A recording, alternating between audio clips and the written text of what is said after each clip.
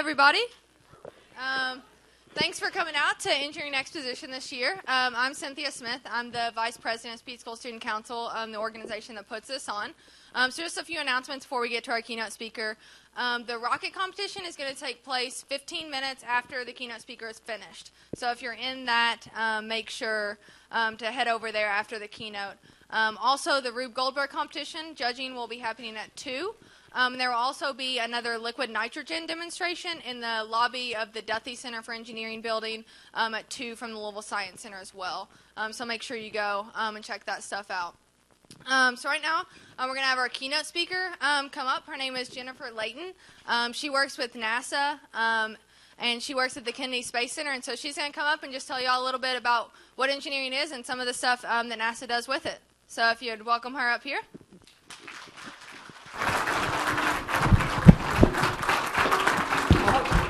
I think I've got one. Is that working? Can you hear me? Okay, great. All right, so good afternoon.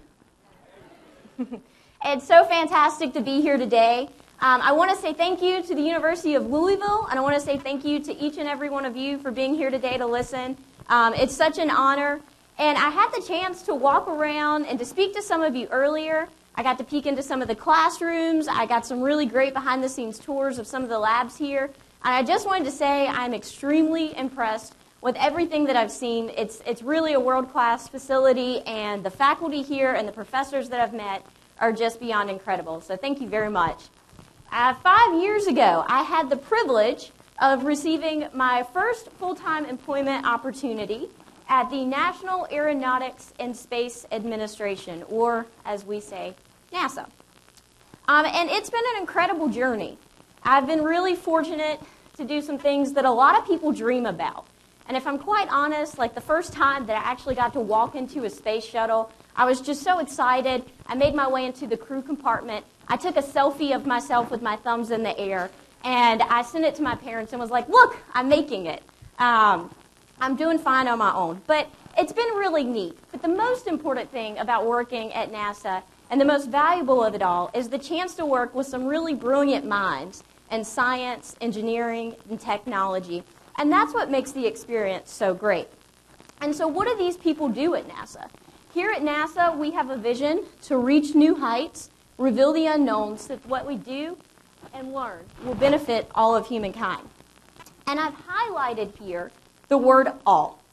I've highlighted that because when we utilize our skills and our talents, and that's what educations and professions such as engineering do for us, they offer us the opportunity to utilize our skill sets.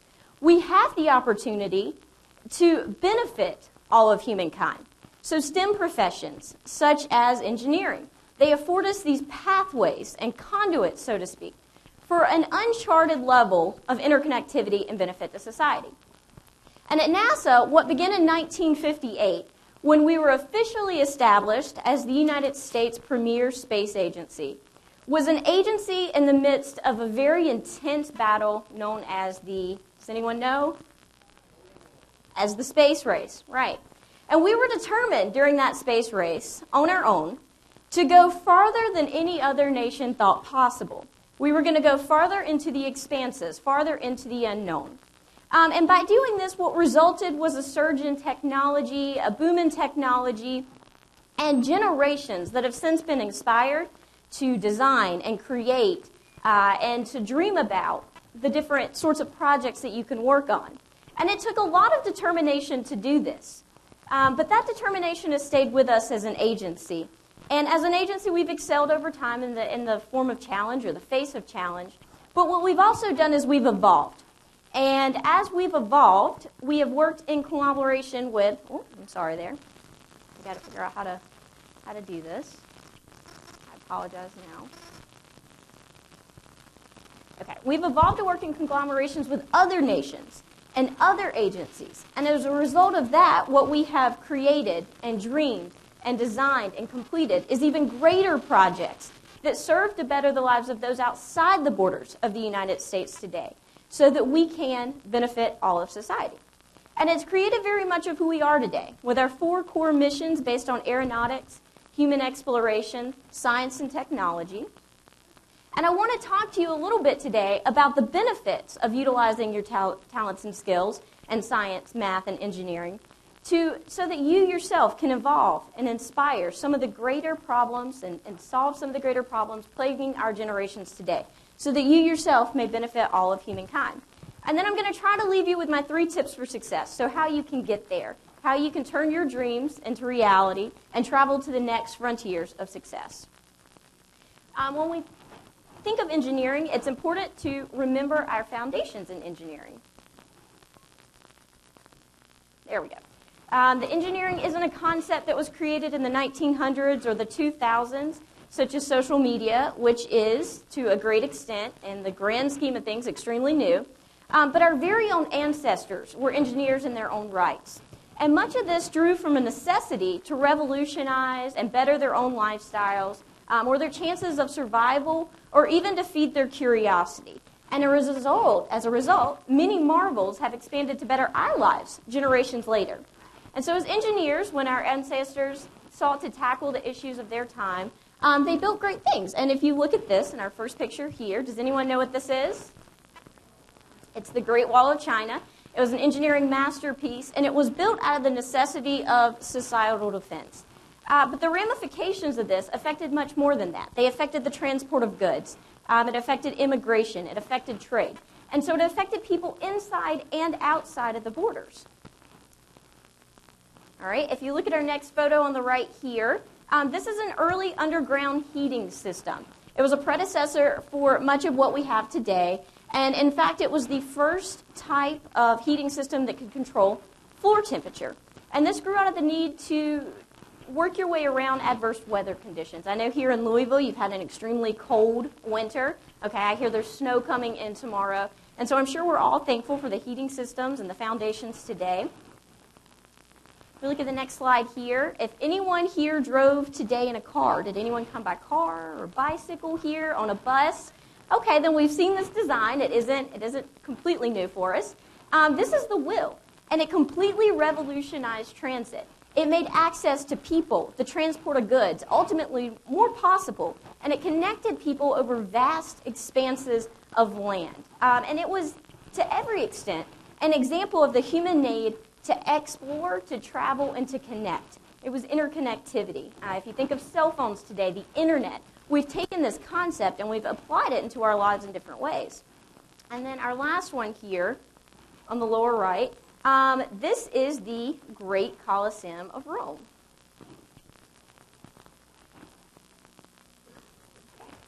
And this was a predecessor for many of the arenas and the stadiums that we have today. For entertainment, it seated thousands. And I know here at the University of Louisville, if you're winning national titles in basketball, you need a great fan base to come out and to support your team. And so to some extent, we can thank the Romans for these great ideas.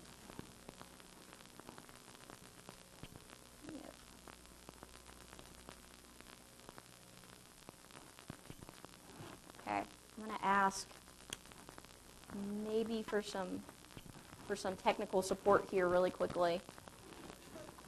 Not really sure what I've done. I don't think there's a video on the next slide.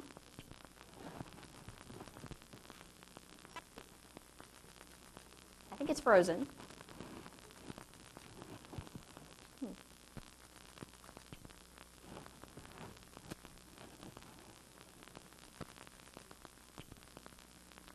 How many engineers does it take?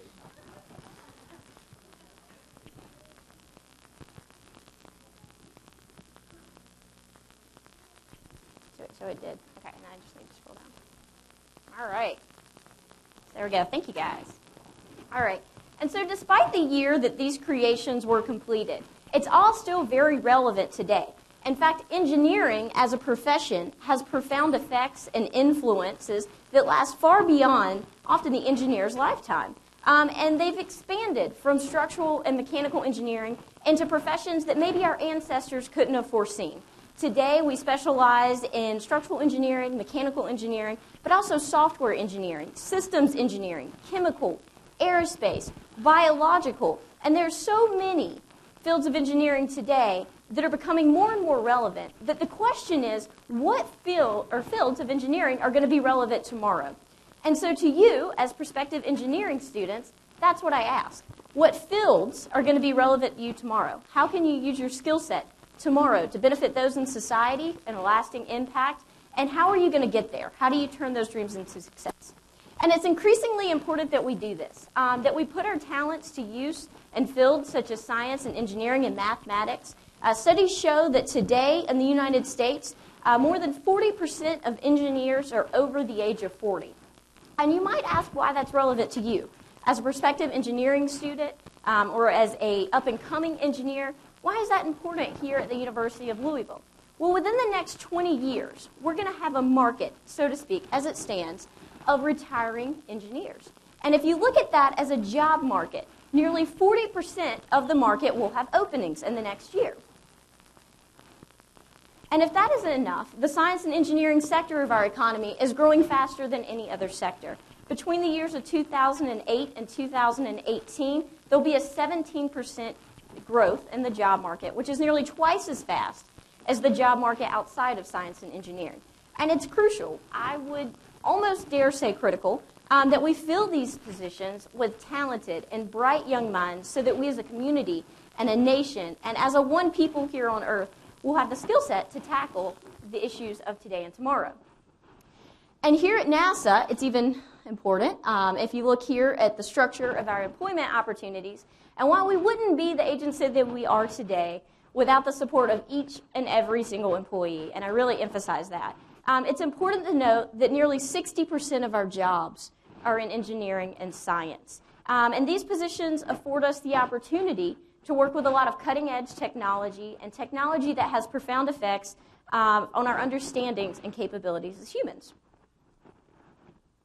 All right, an example of this that you may all be familiar with is curiosity. Now, something that you may not know about curiosity, if you're a student in this room, is that curiosity was actually named by a 12-year-old student who was in 6th grade. NASA had a competition, a naming competition, and the person who won was actually 12 years old. Curiosity was able to launch from Cape Canaveral, so where I work, in November of 2011. It landed on Mars at Bradbury Landing near a layered mountain called Mount Sharp in August of 2012. And quite a bit of science, technology, and engineering went into this. Most of the engineering came in the form of software engineering, mechanical engineering, systems engineering, and aerospace engineering. And if you're familiar here with the new craze of selfies, I know I mentioned I took one and sent it to my parents when I started working. What we have here is a robotic selfie. And so I thought this was really neat. This photo was taken using the robotic arm of the Mars Hand Lens Imager. And it was a camera that was positioned in more than 50 different positions. And it took a single image, or it was able to generate a single scene in one day. And it created this high-resolution, full-color portrait of the rover. And we refer to this rover at NASA as the Mars Science Laboratory because in every sense, this robot is a laboratory, and it expands to about the size of a mid-size SUV. It has a 6-wheel drive robot. Every single wheel has its own individual motor, and it can rotate 360 degrees while standing in place, which I would almost dare to bet that none of your vehicles today could do that 360-degree turn. It has 4 pairs of engineering hazard avoidance cameras. These cameras allow scientists on the ground and the robot itself to avoid any sort of unforeseen collisions. It has a system that does a main control system that does a continual check of the robot's health. So it checks for things such as temperatures. It keeps it thermally stable. And beyond that, it's capable of scheduling and preparing its own communication systems. And thus far, why is this important to us here on Earth? Well, so far, it's actually completed one of its main objectives. It has found evidence of a past environment on Mars that we know would have 100% been capable of sustaining microbial life. And that's huge. The implications of that in such a finding is almost inconceivable to what that means to tomorrow. And scientists, evolving from an agency that once worked in defense, now scientists, more than 400 from them, all over the world are a part of these experiments.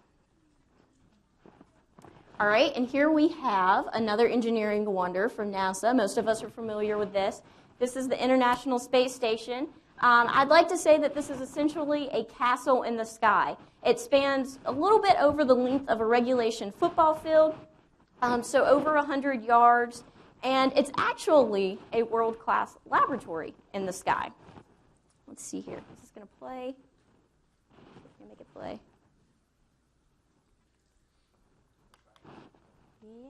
Let's see here if that'll work. There we go. Okay, so what this video is, it's a video of the different modules.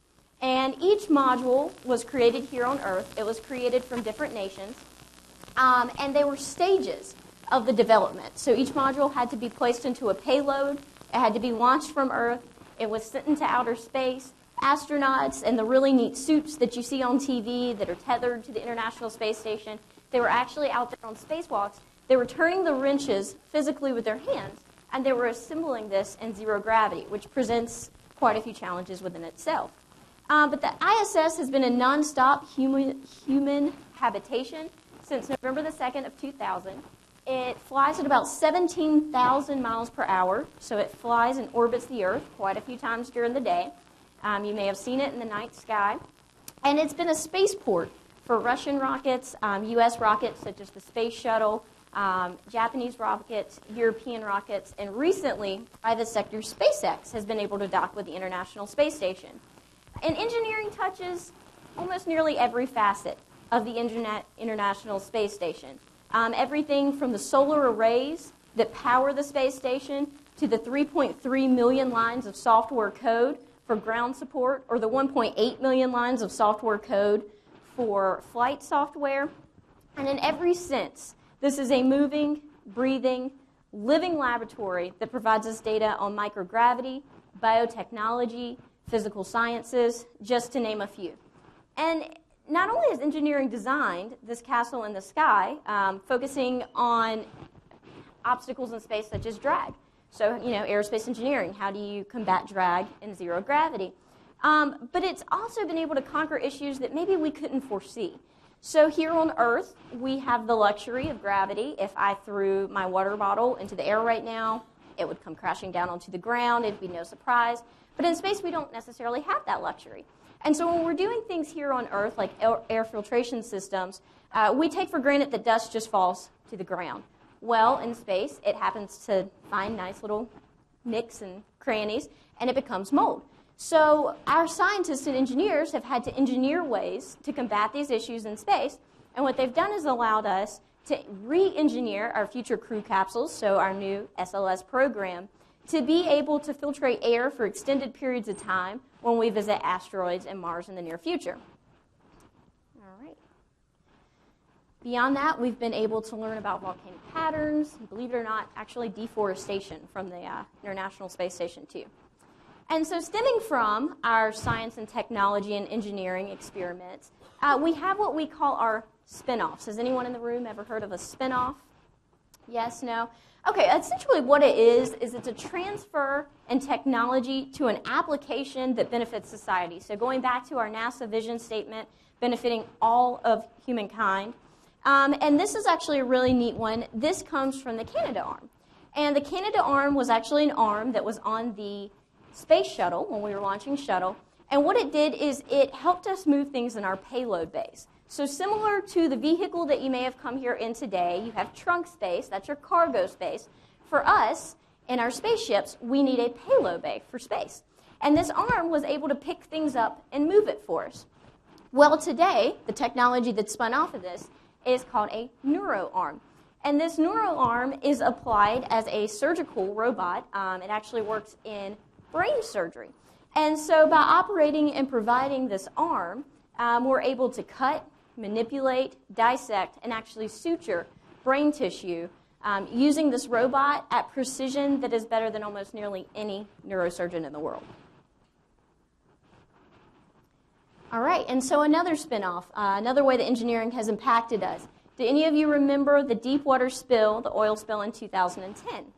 All right, it was the largest offshore spill in the history of the United States. And in April that year, we were challenged as a nation of figuring out the extent the ramifications of such a spill, and how much oil was leaking and where the oil was moving and which ecosystems this was going to affect. And so we were using detectors and autonomous operation technology that was funded by NASA to use submersible vehicles underwater, and we were able to track the plume by doing that. And so these plume trackings allowed us to know where the oil was going to be going, what systems were going to be affected, and how we could implement the right solutions for that, so we could be proactive. Another spinoff, and this actually comes from Curiosity, the Mars rover. Here we have the ChemIn, okay, and this is an instrument that we use on Mars. It's a highly sensitive instrument that can identify and qualify and quantify what minerals are actually present in the rocks. And by doing that, we can know where there may have been life before that we actually landed on Mars. But there's been commercial spin-offs for this. In fact, this has actually been used in artifact preservation in museums. And my personal favorite, being able to identify counterfeit pharmaceuticals in developing countries. So what we have found is that in developing countries, there are sometimes pharmaceuticals that are sold to people or to aid organizations for things such as, for example, anti-malarial drugs. Unfortunately, these anti-malarial drugs weren't actually benefiting the people who were taking them, and at times people were getting sick. And so what we've been able to do is implement this technology to make sure that those who need the medications in these countries are able to receive a great quality of medication. All right, and so some of the challenges that you're going to face, we've talked about engineering, the foundations of engineering, how it applies to NASA, the job market, and maybe how it helps fulfill our vision at NASA of benefiting all of humankind. But what's the future of engineering? You know, what sort of challenges are you as a prospective student going to be asked to face tomorrow? And here we see a list, it's a very small list, of some of the challenges in energy, conservation. We have a lot of environmental responsibilities. I work in sustainability. Globalization. So for the first time ever, we are a globally connected world. We can talk to people in nanoseconds across continents. And knowledge sharing, how that applies to security. And then also resource protection and equality, distribution, making sure that people have safe access to water, and things of the sort. All right, so 3 take-homes.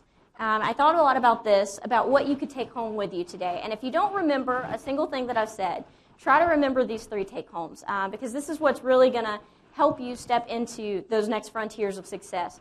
The first thing is find your passion, identify your talents, and put them to use for others. There is absolutely nothing more beautiful in this entire world than a person who is enthusiastic and passionate about what they do. Someone once said that if you love what you do, that you'll never work a day in your life, and that is absolutely true. And all of the security that you could ever want in the entire world will absolutely come from finding your passions and putting them to good use for others. My second take-home, work hard. And this seems kind of like a blanket statement. I realize that. But I get a lot of questions. Jennifer, how did you get a job at NASA? I don't think it's any secret that I will call myself youthful, that I look youthful.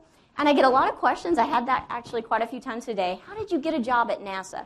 And unfortunately, I'm going to tell on myself. There's been quite a few times that I've shrugged the question off and that I've said, well, I put in a resume.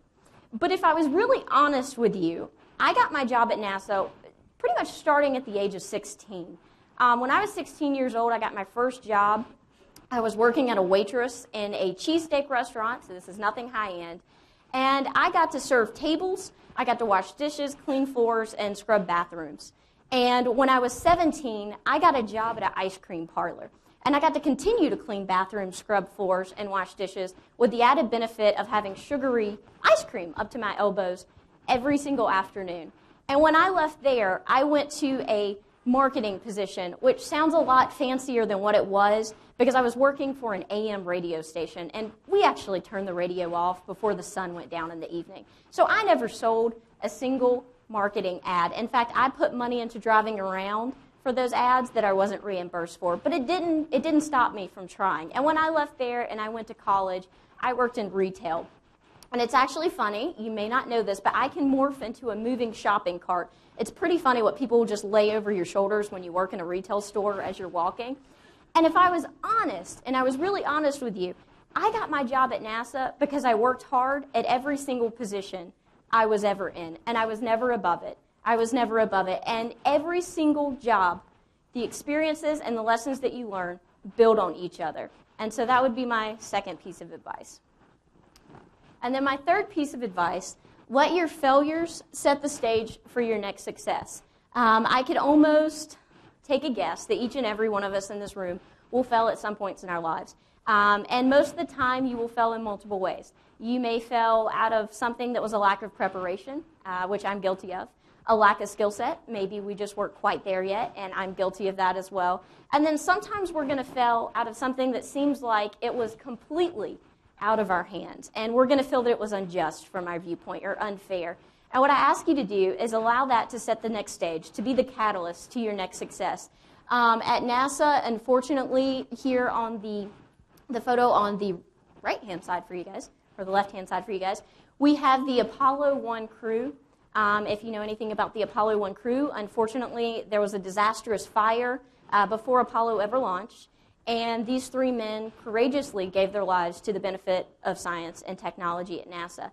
And 11 missions later, had we not have let that failure drive us to success, we wouldn't have landed on the moon. We wouldn't have been able to accomplish that.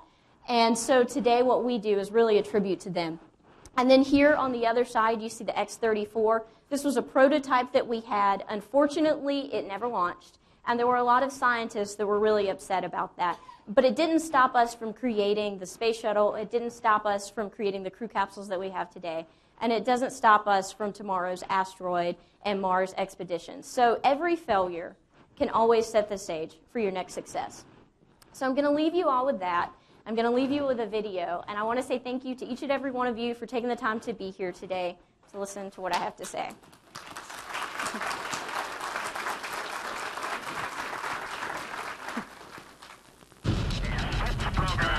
Roger the pitch. 7, 6, 5. Roger, roger. You're looking good. 3, 2, 1. We are the explorers. We have a need to find what is out there. It is a drive inside each and every one of us. The drive to wonder, to push the boundaries, and to explore. We expanded across our lands, settling new frontiers. We took to the oceans and learned that we could cross treacherous expanses in the pursuit of discovery. And then we took to the skies and flew. But that wasn't enough. We left the planet and redefined what was possible. We flew in space. We walked in space. What once was a melodramatic flight of fantasy became reality. Then, a new generation of spaceships captured hearts and minds for 3 decades and helped build a castle in the sky that is our lasting home in space. We have always looked up. For centuries, we wondered what was on the other side of the sky, and we have begun to answer that question. We have learned that all the exploration humankind has achieved is only a beginning. Right now, men and women are working on the next steps to go farther than we have ever gone before. New vessels will carry us, and new destinations await us. Everything we have ever accomplished leads to this moment in time, where exploration will now take us to the planets and the stars. Our nearest neighbors in the night sky have beckoned us, invited us, dared us to reach for them. We are the explorers. Throughout our history, we have taken both small steps and giant leaps in that pursuit. Our next destination awaits. We don't know what new discoveries lie ahead, but this is the very reason we must go.